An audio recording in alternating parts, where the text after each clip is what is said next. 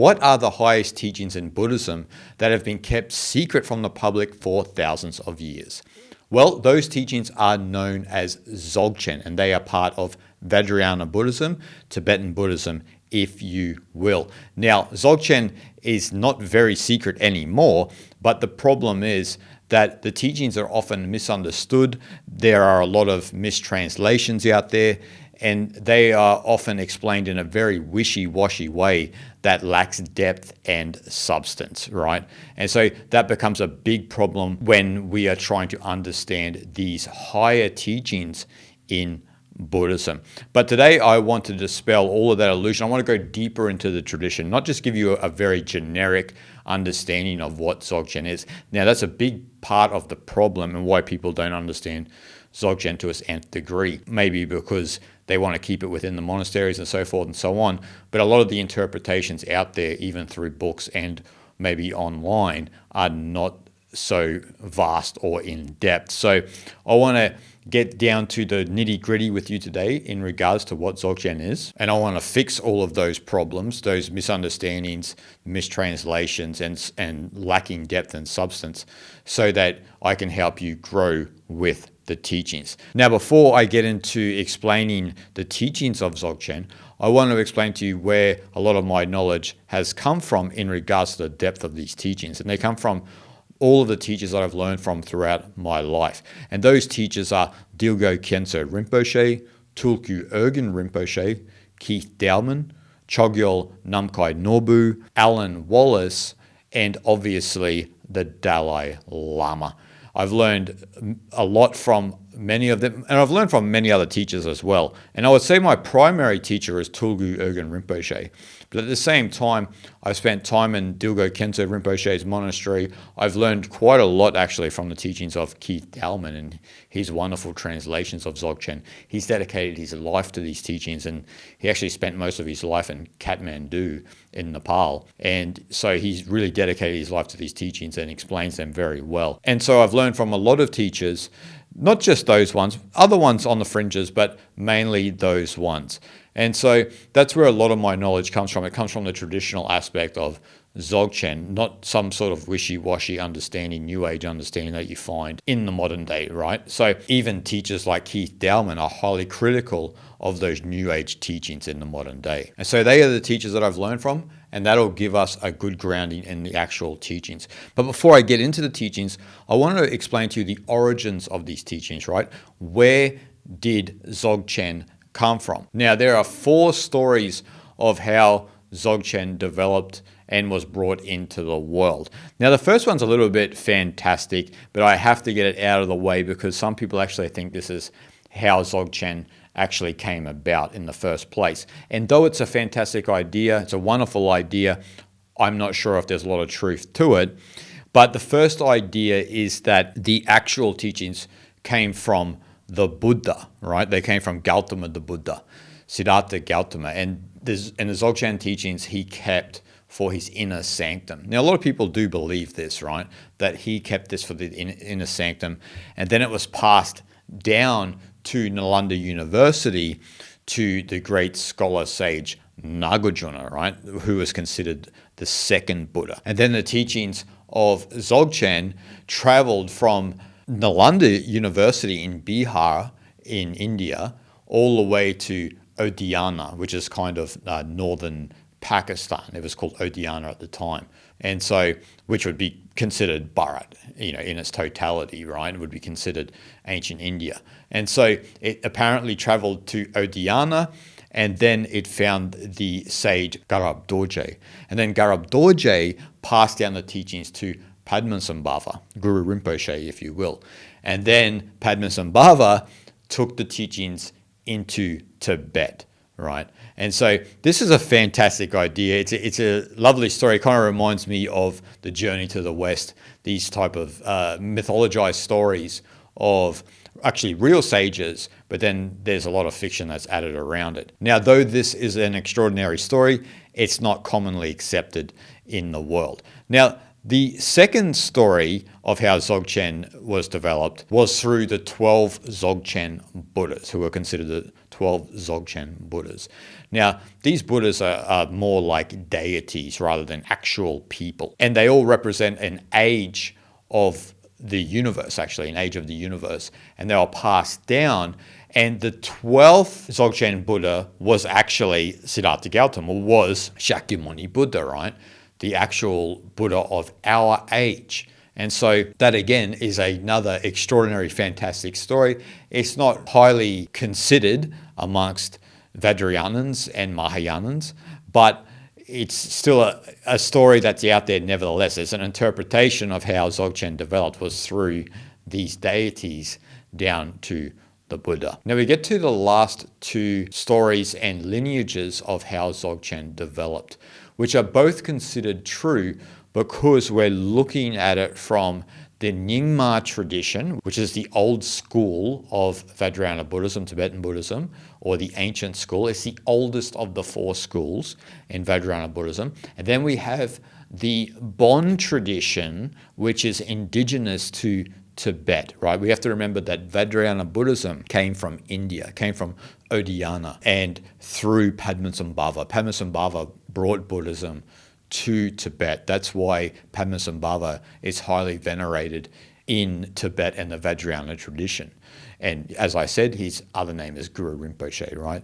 The initial guru. And so what we're going to see in these two stories is two different interpretations from the Nyingma tradition of Vajrayana Buddhism and the Bon tradition of Tibet. So according to the Nyingma tradition, it traces its roots to a real person called Garab Dorje. Remember, I mentioned Garab Dorje just before in the first story, because Garab Dorje was a sage scholar in Odhyana, right? And so according to the Nyingma tradition, it traces its Dzogchen roots to the first Buddha, Samantabhadra, to the real-life sage Garab Dorje. Now, before we get to Garab Dorje, who I mentioned previously, who is the first Buddha, Samantabhadra? So Samantabhadra is considered as the Adi Buddha. And so the Adi Buddha is the first or the primordial Buddha in the Nyingma and Bon traditions. But Samantabhadra is not referring to an actual person, but rather an innate wisdom present in all sentient beings. And this idea of Samantabhadra explains a higher teaching of two terms, which I'll explain later. But what it does explain is the relationship between the Dhammadhatu and the Dhammakaya. But I'll explain these two terms later, and you'll understand then what that means in relation to Samantabhadra. So when we talk about Samantabhadra or Adi Buddha, it is actually a metaphor of our true condition. Not a person, but a metaphor of our true condition. Because from the beginning, the state of the individual is pure and always remains pure. And so this is actually what Samantabhadra represents. But when we fall into conditioning, it is as if we are no longer Samantabhadra because we are ignorant of our true nature. And so that's kind of who Samantabhadra is, right? It's not a person, but rather it's a metaphor indicating or representing that innate wisdom or that ultimate reality in a lot of sense. But that was passed down from Samantabhadra, according to the Nyingma tradition, to the sage Garab Dorje. So you can think of this in the sense of how the initial rishis had the revelation of the Vedas, right? It's the same here in the story that Garab Dorje has had the revelation from the Adi Buddha, from the Samantabhadra, and then that's how Dzogchen came to him. And so you're probably asking, who is Garab Dorje? Because I mentioned Garab Dorje in the first story, remember? When I said that the teachings may have went from Nagarjuna and Nalanda University to Odhyana to Garab Dorje, and Garab Dorje passed on the teachings to Padmasambhava. And there's a little bit of truth there, a little bit of truth to that. But Garab Dorje was basically the first human to teach Dzogchen. Now, this is pretty much accepted in the Vajrayana tradition, right? In the Nyingma tradition, the old school tradition of Vajrayana Buddhism. This is pretty much the accepted notion that he was the first teacher. And then he transmitted the profound empowerments of Dzogchen to his chief disciple, Manjushri Mitra, and also to Padmasambhava. Now, the interesting thing here in this story is Manjushri Mitra was actually a profound Yogacara scholar at Nalanda University. He was part of the Yogacara school of Buddhism, and he was a profound teacher in Nalanda. And so did he learn from Garab Dorje and then move down to Nalanda? A lot of reports say that Manjushri Mitra was actually born not so far from Bodh Gaya in Bihar. And so maybe he traveled to Odhyana and then came back, or maybe he was at Nalanda first and then went to Odhyana. I'm only speculating, and we don't really know, but it is considered that Manjushri Mitra and Padmasambhava were the disciples of Garab Dorje. And obviously we know the story of Padmasambhava, as I mentioned previously, where Padmasambhava then traveled into Tibet. Right? And I've been up through all of the areas, particularly in Ladakh and northern India, where they say that Padmasambhava meditated in certain caves and this and that. And I've actually personally meditated in those caves as well. I found some of these places. But it's interesting when you trace the journey of Padmasambhava into Tibet, you actually find a lot of these significant places indicating that Padmasambhava was an actual real person. Some people don't believe Padmasambhava was a real person. But we have this story that's kind of accepted in the Nyingma tradition, that Garab Dorje taught Padmasambhava, and then Padmasambhava took the teachings of Dzogchen into Tibet. But that is not the last story of how Dzogchen developed. Now, as I mentioned, we have the Nyingma interpretation, and we also have the Bon interpretation. So I'll ask you this question. Did Padmasambhava bring Dzogchen to Tibet, or was Dzogchen already there? Now, the reason I ask that is because the fourth interpretation is that Dzogchen originated in the Bon tradition, the indigenous tradition of Tibet, through its founder, Tonpa Shenrab Miwachi, who lived apparently 18,000 years ago. So obviously Tonpa predates the actual Buddha, predates Garab Dorje, predates Buddhism in general, right? And in the Bon tradition, this is actually accepted, that Tonpa Shenrab Miwachi actually lived 18,000 years ago and was the first Dzogchen master. Dzogchen came from Tonpa. That is the interpretation of the Bon tradition. Now, those last two, right, the Nyingma tradition and the Bon, I'll leave that up to you, to whichever one you think is real and where Dzogchen came from. Or maybe they both arose in both traditions and then just met each other in Tibet. There is that possibility as well. So I wanted to lay that sort of history out to you before we get to the actual teaching. Sometimes you actually need some context to grow a greater affinity for the tradition. And I found this all throughout my life. So I like to, a lot of the time, explain the history because it connects you to those lineages and it connects you to that time and place. And so now we come to the actual teachings, right? We come to the actual teachings, and I want to explain these in depth for you.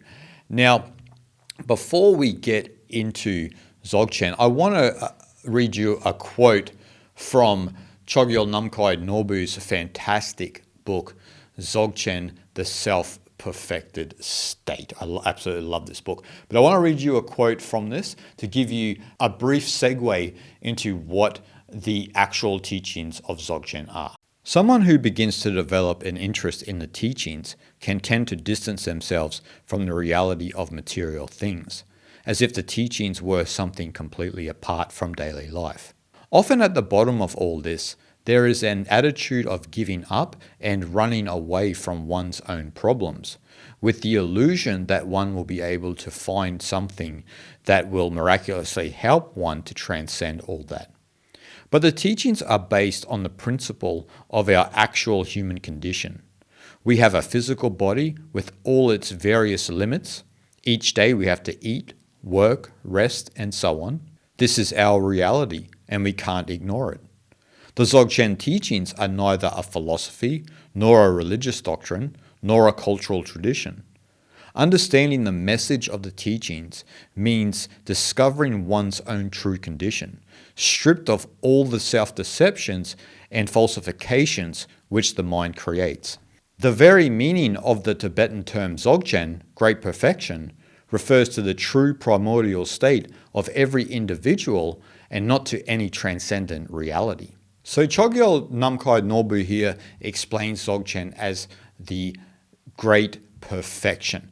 Now, this is an accurate description of how we should translate the term Dzogchen, but there's other ways. There's the great liberation, there's the great completion, and so it's about coming into that complete naked state of consciousness, right? The ultimate ground of being and abiding in that. And so as Chogyal Namkhai Norbu said, it's about dealing with the human condition and abiding in that ground of existence. Dealing with the human condition and its naturalness and just allowing your mind to settle in that ultimate ground of existence, right? So Dzogchen is basically a teaching aimed at discovering and continuing in the ultimate ground of existence. Or we could say the ultimate reality. Now, that would be similar to the Sanskrit Nirguna Brahman, right? Nirguna Brahman means Brahman without qualities. That's what would be the ultimate ground of existence in Dzogchen. But the way that they would explain that ultimate ground of existence in Dzogchen is the essence of shunyata, which I will get into in a second. And so the goal of Dzogchen is to have a direct experience of that ultimate ground of existence, that ultimate reality, a direct experience with it. This means not only a recognition of it or an intellectual understanding of it, but we're talking about having a stability in it. You know, in Vedanta, they talk about abiding in the Atman, right? Because then that's when you understand that Atman is Brahman. This is the same in principle, right? It's not just a recognition or intellectual understanding that you know that you are the ultimate ground of existence within your heart, but it's an actual stability in it and not a movement out of it, right? But the recognition is important. The recognition is very important. So you need to have the recognition and the stability, right? These are mutually arising opposites that allow you to immerse yourself in this ultimate state of consciousness. What happens after this is that you have this kind of direct knowing or direct knowledge. Now, this leads to an important term in Dzogchen called Rigpa. And Rigpa literally means actually knowledge, right? It means knowledge, literally. And that is similar to Vidya in Sanskrit, Gnosis in Gnosticism and Hermeticism, and also Jnana, also in Sanskrit, right? And so similar in principle, Rigpa is. But Rigpa is more accurately translated as a type of total presence or pure presence. It's not really about the knowledge of something. It's more accurately translated as total presence or pure presence.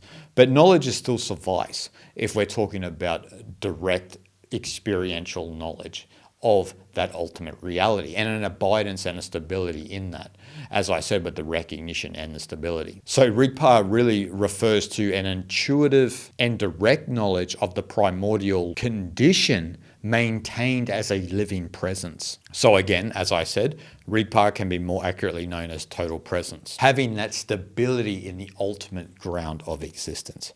But in Dzogchen, what is that ultimate ground of existence? What is that ultimate reality? In Dzogchen, we have this term called Dhamma Dhatu. Now, it's not a commonly known term, but in Dzogchen and also Vajrayana Buddhism, this is a very important term to understand the Dzogchen teachings and to understand actually Vajrayana Buddhism in general. And what Dhamma Dhatu actually means is this type of reality continuum of pure space. And so it's like this ultimate substratum. It's like this ultimate reality, even a field of reality, if you will. It's that kind of fundamental substratum of existence. And its essence is shunyata, which I'll get into in a second. But Dhamma Dhatu is that substratum, is that field of reality, that ultimate ground of existence. And to explain that, I want to read to you an important verse from As It Is, Volume 1 by Tulku Urgyen Rinpoche. I want to read you this very important verse on the nature of Dhamma Dhatu. The main image of Dhamma Dhatu is that of space, the space of all things within which all phenomena manifest, abide and dissolve back into. This is similar to physical space, which is like a container within which the remaining four elements appear, abide, and disappear. These four elements do not come out of any other source. They emerge from space itself. They do not remain anywhere else other than within space. Neither do they go anywhere outside of space. In the same way, Dhammadhatu is the basic environment of all phenomena, whether they belong to samsara or nirvana.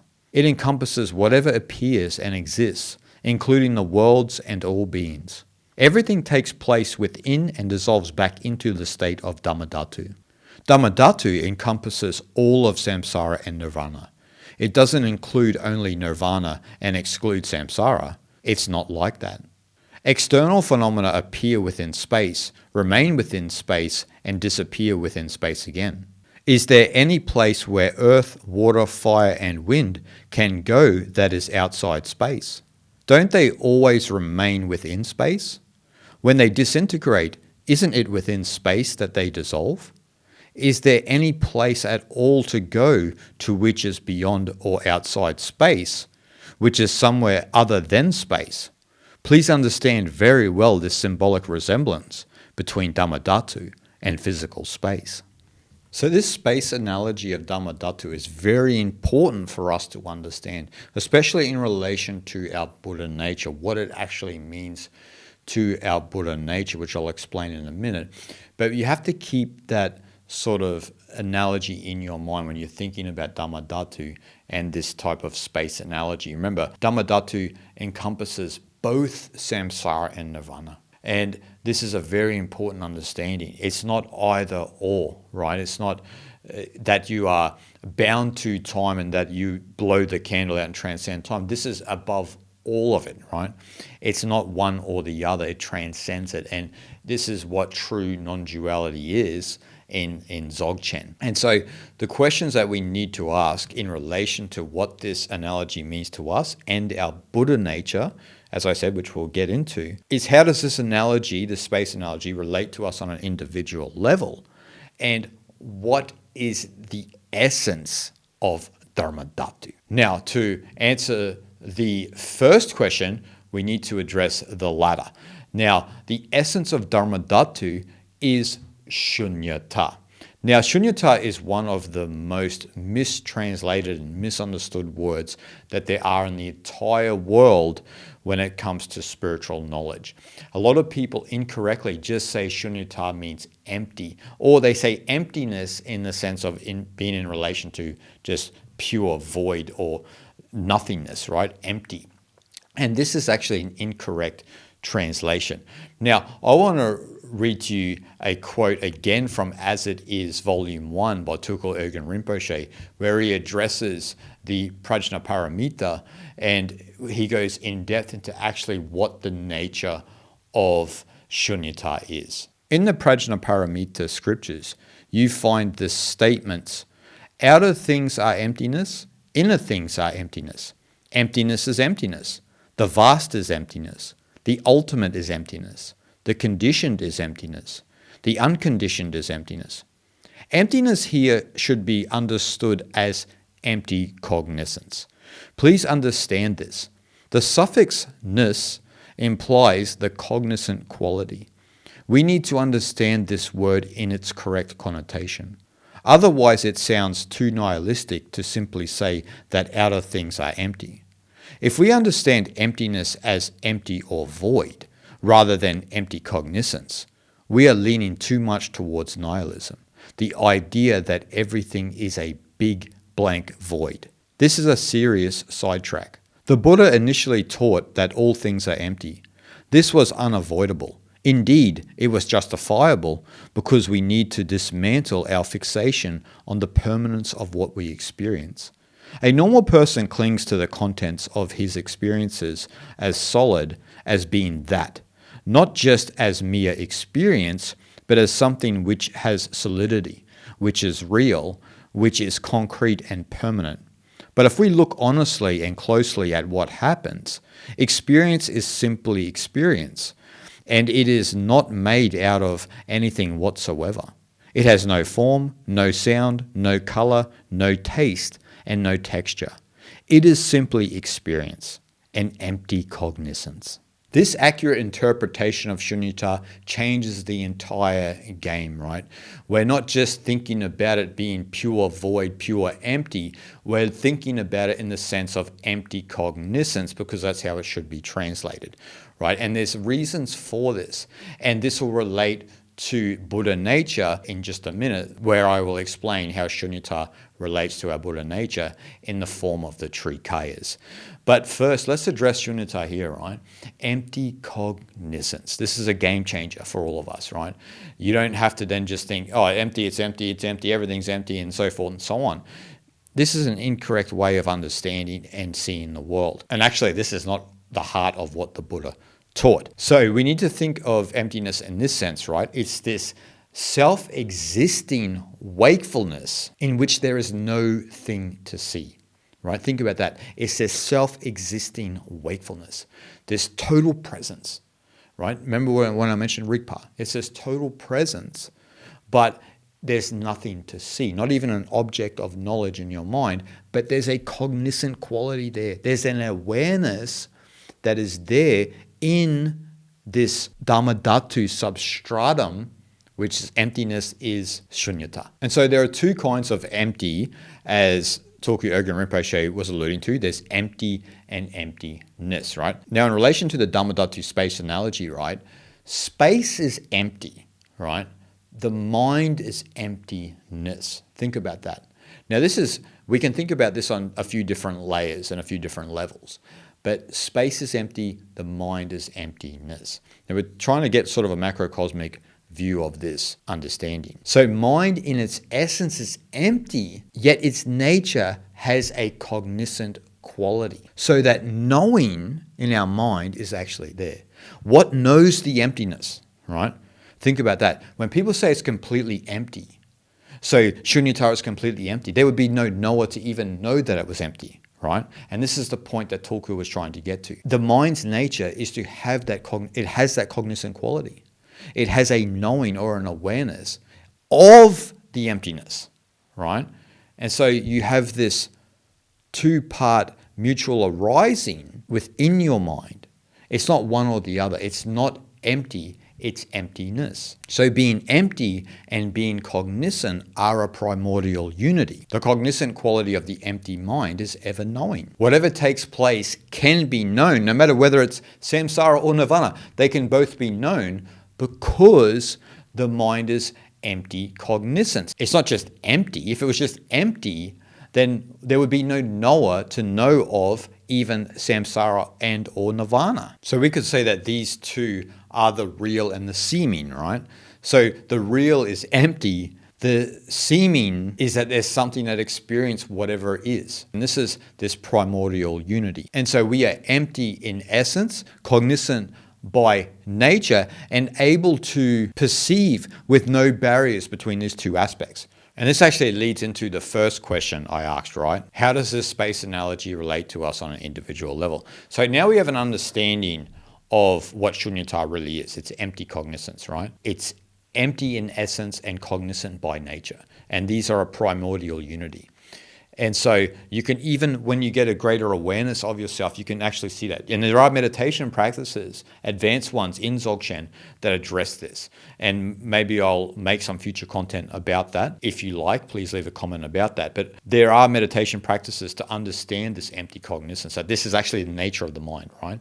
That the mind is empty in essence and cognizant by nature. And they're fundamental unity. And so it's not a matter of who am I or what am I, as we find in other traditions like Advaita Vedanta in the inquiry. It's just about the actual nature of the mind. You're taking the I even out of, you're not even addressing the I, because according to Buddhism, and particularly Dzogchen, the I doesn't even really exist. What you're looking at is actually the function of the mind. And so the function of the mind and the actual nature of the mind is empty in essence and cognizant by nature. This is a fundamental for all of us, right? There's a knowing or an awareness of that empty substratum, of the nature that the mind's essence is fundamentally empty. And this is just we're reducing everything down to its fundamental basis. So to understand this question, we need to understand what our Buddha nature is and how that relates also to Shunyata and Dhammadhatu, right? And so I've explained those two terms to you to its nth degree. And so what is Buddha nature, and how does this relate to the first question of how the space analogy relates to us on an individual level? Well, our Buddha nature in its essence is the Trikayas. Now, a lot of people have heard the Trikayas. There are many interpretations of the Trikayas, and there are deeper levels of understanding what the Trikayas are, particularly in Dzogchen. So the Trikayas are Dhammakaya, Sambhogakaya, and Nirmanakaya. And there are many different translations to all three of these. Now, most of you are probably familiar with the Dhammakaya, right? A lot of people have heard Dhammakaya, which can be translated as kind of this ultimate reality of the individual, the Dhamma body, and so forth and so on. Not many people understand the Sambhogakaya or the Nirmanakaya, but there is a relationship between the Dhammakaya and the Dhammadhatu, which also addresses the question that I've been asking about how space analogy relates to the individual. And so actually the whole Trikayas relate to this analogy, but I just wanted to say that because I know a lot of people have heard of Dhammakaya and think that Dhammakaya is a type of ultimate reality. But I want to read to you a verse again from Tokyu Urgyen Rinpoche from As It Is in relation to Dhammakaya and Dhammadhatu and what that means for the Trikayas in relation to this space analogy. The relationship between Dhammadhatu, Dhammakaya, and Dhammadhatu wisdom is like the relationship between a place, a person, and the person's mind. If there is no place, there is no environment for the person to exist in. And there is no person unless that person also has a mind dwelling in the body. In the same way, the main field or realm called Dhammadhatu has the nature of Dhammakaya. Dhammakaya has the quality of Dhammadhatu wisdom, which is like the mind aspect. We also need to clearly understand what is meant by the terms samsara and nirvana. Nirvana means the fully realized Buddha nature that consists of body, speech, and mind aspects. The body is the essence that simply is. Speech is its nature, the cognizant quality that is vividly present, and mind is the capacity which is radiant. These three aspects comprise the basic presence of all Buddhas. They are none other than their essence, nature, and capacity. All Sugatas are of the same identity. In the same way, samsara is the body, speech, and mind of all sentient beings, which are the diluted expressions of their essence, nature, and capacity. In this way, Dhammadhatu encompasses all of samsara and nirvana. Dhammadhatu is adorned with Dhammakaya, which is endowed with Dhammadhatu wisdom. This is a brief but very profound statement because Dhammadhatu also refers to Sugatagarbha or Buddha nature. Buddha nature is all-encompassing. This means it is present or basic to all states, regardless of whether they belong to samsara or nirvana. Remember, nirvana refers to the body, speech, and mind of all the awakened ones. Body is the abiding essence, speech is the vividly present nature, and mind is the radiant capacity. These three, the body, speech, and mind of all Buddhas, are also known as the three Vajras. This Buddha nature is present just as the shining sun is present in the sky. It is indivisible from the three Vajras of the awakened state, which do not perish or change. Vajra body is the unchanging quality, Vajra speech is the unceasing quality, and Vajra mind is the undiluted, unmistaken quality. So the Buddha nature, or Dhammadhatu, is the three Vajras. So you see here the three Vajra bodies are referring to Dhammakaya, Sambhogakaya, and Nirmanakaya.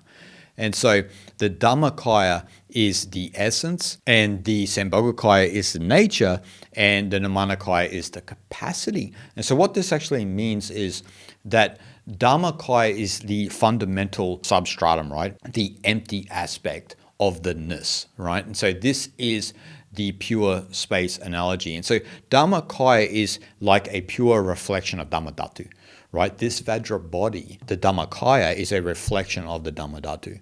And so that is the empty substratum, the empty mind stream, right? Which is representation or a reflection or an internal reflection of the Dhammadhatu. Remember when I said the space analogy on an individual level and how Dhammakaya relates to Dhammadhatu? This is how it relates, because within ourselves, the Dhammakaya is the individualized Dhammadhatu. And so the mind's nature, essence, is empty, right? It's Dhammadhatu. That's its essence. But its nature is Sambhogakaya, is the cognizant quality. And so that cognizant quality is naturally there. You can't do anything about it. You can try to get rid of the knower or the one who is aware, but it will never disappear. It is still there. And so you have this awareness of the Dhammakaya. This is Sambhogakaya, right? And this is that primordial unity. And this primordial unity is where we find Nirmanakaya. Now, Nirmanakaya is this unconfined capacity of mind, right? It's the completely free and liberated mind, completely empty and spacious. But the knower there, right? There's not a separation between the Dhammakaya and the Sambhogakaya. And so this is what Nirmanakaya is. And so it's that unconfined capacity. And so you have embodied your Buddha nature. This is where Rigpa is, right? When you embody all three Trikayas. And that's what your Buddha nature is. It's those Trikayas. So in that previous quote, in relation to what I'm speaking about, when they spoke about Dhammadhatu, Dhammakaya, Dhammadhatu wisdom, the Dhammadhatu wisdom is the Nirmanakaya, right? It's the awareness of the primordial unity, that total presence, the Rigpa state, that naked state of consciousness. So in a nutshell, the Dhammakaya is the individual embodiment of Dhammadhatu, the cognizant quality or knowing of our essence as a reflection of the empty space of Dhammadhatu is Sambhogakaya. And as I said, the understanding or the revelation of this is the Dhammadhatu wisdom, is Nirmanakaya, is that Rigpa total presence, that total presence that is just present, where the cognizant quality and the empty state have no contents or no activity, are not agitated and are completely present and still, and are not agitated or moving here or there. And so in relation to us and that space analogy of Dhammadhatu with the Trikayas, just as space encompasses all, Rigpa, total presence, is also all-encompassing. Nothing is outside of it. Just as all the contents and beings are pervaded by space, so too Rigpa pervades the minds of all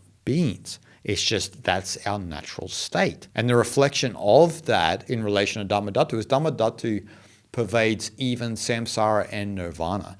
So we are an internal reflection of what that is, right? The Dhammadhatu. The Rigpa is all-encompassing as well, as Dhammadhatu is all-encompassing even of samsara and nirvana. Likewise, when we get to the heart of the Dzogchen teachings and we get to that naked state, there is no idea of even samsara or nirvana, because these are conceptual to the cognizant quality. And so you have fundamentally transcended that, because you've reduced your state of consciousness to its naked Dzogchen state, which is Rigpa, right? And you fundamentally understand the Trikayas, right? The Holy Trinity in Buddhism, which make up the Buddha nature. They are the Buddha nature. A lot of people will wax lyrical about what Buddha nature is and so forth and so on, but Buddha nature is the Trikayas. And the Trikayas are a reflection of the ultimate reality, right? It's a fundamental essence, nature, and unconfined capacity. And so to explain that to its nth degree, the Buddha nature in relation to the Trikayas, I want to read to you this very important verse, actually from As It Is Volume 2 by Tulku Urgyen Rinpoche. Buddha nature is the identity of the three kayas of the awakened state. The three kayas are Dhammakaya, Sambhogakaya, and Nirmanakaya. They are also called the three Vajras: Vajra body, Vajra speech, and Vajra mind.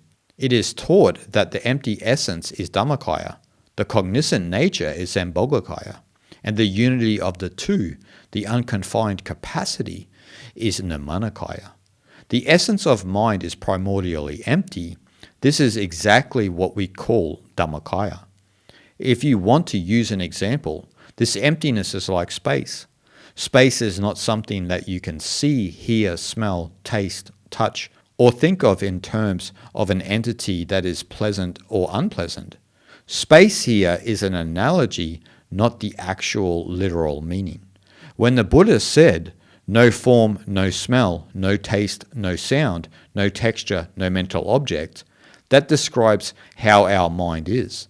In the true words of the Buddha, our mind has no form to be seen, and no sound, no smell, no taste, and no texture to be experienced, nor is it a mental object. The essence of mind is primordially empty and rootless. Therefore, the Buddha said, realize the emptiness of your mind. To realize emptiness means to understand and see in actuality that our mind is empty, groundless, and rootless. That is its essence, its identity. But what is its nature? It is an ability to know. In the case of a Buddha, that knowing is called omniscient wisdom. Right now, at this very moment, don't we have the capacity to know and experience? In this world, there is only one thing that can know, experience, and comprehend, and that is the mind of a sentient being. Nothing else can do this. In short, the Buddha taught that we should realize the meaning of emptiness. And that recognition of the emptiness, the shunyata, is empty cognizance, right? So it's that recognition of the trikayas that allows us to have stability in that naked state of consciousness of rigpa, that total presence, right? Because we fundamentally know at the basis of our mind that we are empty in essence and cognizant by nature, and the unity of both, not that there is a separation, but it's an unconfined capacity. You got to remember, the trikayas shouldn't be thought of as separate, but rather three different type of dimensions of our state of being.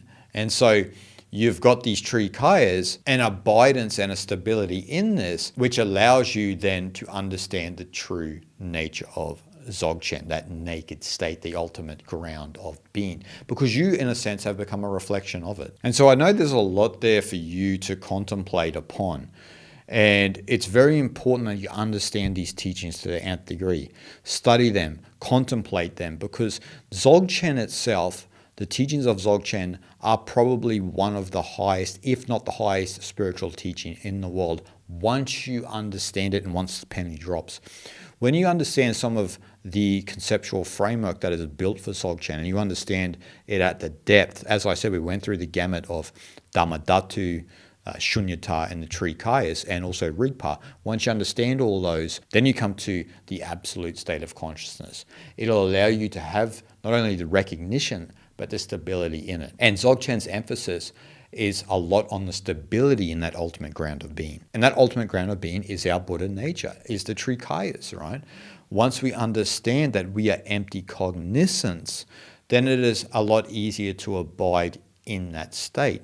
A lot of people make the mistake of trying to get rid of the knower of reality, because the knower is so conditioned that when it looks out into the world, it makes judgment calls of this and that. But that is all based on your subconscious and your own personal and cultural conditioning. And so that's what's getting in the way. The actual basis of your mind is empty cognizance. That's all it will ever be, even though we've put all of this icing on the cake that we think is sweet, but it is poison. And so that's a lot for us to think about when we talk about Dzogchen. Now, in relation to Dzogchen, I want to speak to you just briefly about a few books that I would like for you to study if you are interested in going further in these teachings. Look, there are numerous amounts of books on Dzogchen, right?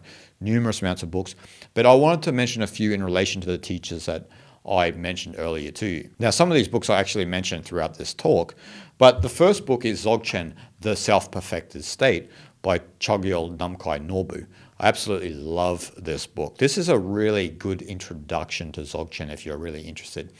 It's not too difficult. It doesn't go that much in depth into the concepts, but it gives you a general overview And Chogyal Namkhai Nobu was an amazing Dzogchen master. Now, the next book I want to speak to you about is Spaciousness by Longchenpa. So Longchenpa was one of the great Dzogchen masters. And this is actually translated by Keith Dowman, who I mentioned earlier. And so spaciousness is related to the treasury of Dhammadhatu, right? And this is Teachings of Longchenpa, right? And so this one is, subtitle is The Radical Dzogchen of the Vajra Heart. And so that kind of gives you an idea, right? The Vajra Heart, remember the three Vajra bodies, the Trikayas, right? And so this is a great book, Spaciousness, really good for meditation, really good for understanding the nature of mind. Longchenpa was an absolute genius. And his teachings are focused a lot on Dhammadhatu, right? That's why it's Longchenpa's precious treasury of the Dhammadhatu. And so the next book I would say is probably the most important scripture for you to buy in relation to Dzogchen. Look, there are many important scriptures, but this one is massively important. Flight of the Garuda. And this is, again, is translated by Keith Dowman. I absolutely love the Flight of the Garuda, right? There are a few texts actually in here, but this goes into the heart of the Dzogchen teachings and goes even deeper into them. Beautiful book. I love it. I highly recommend this to anyone, this book, The Flight of the Garuda. Now, last but definitely not least are two books. They're two volumes which I mentioned in this talk, which are As It Is, Volume 1 and Volume 2 by Tulku Urgyen Rinpoche. I cannot recommend these two books to you enough. If you want to understand the true nature of mind, the true nature of existence, you couldn't go wrong with reading these two. These are some of the most profound teachings I've ever come across, and Tulku Urgyen Rinpoche was a complete genius. And I've actually had the privilege of taking people up to his hermitage, Nagi Gompa, in the Kathmandu Valley. What an amazing place Nagi Gompa is. Beautiful place to go and meditate, to stay. An amazing monastery. And it's amazing when you're up there because you actually feel Tulku up there. You feel the energy of him up there. And so, as I said, these two here, highly recommended. If you're interested in the nature of consciousness and nature of understanding yourself, these ones you have to read. You must read both of these books. That's a must. And so that's basically all of the books. There are plenty of other books that you could read. Other ones that I would recommend are books by Alan Wallace. He's got a lot of good books. He's got a lot of good translations as well. A two-pair series that he actually has is Stilling the Mind and also Fathoming the Mind.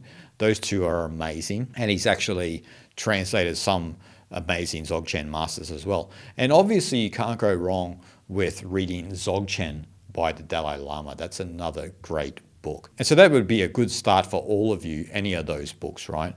But I hope you enjoyed this talk. And if you are interested in more about Dzogchen, please leave a comment below and tell me if you would like to understand more of the deeper nuances of the Dzogchen teachings.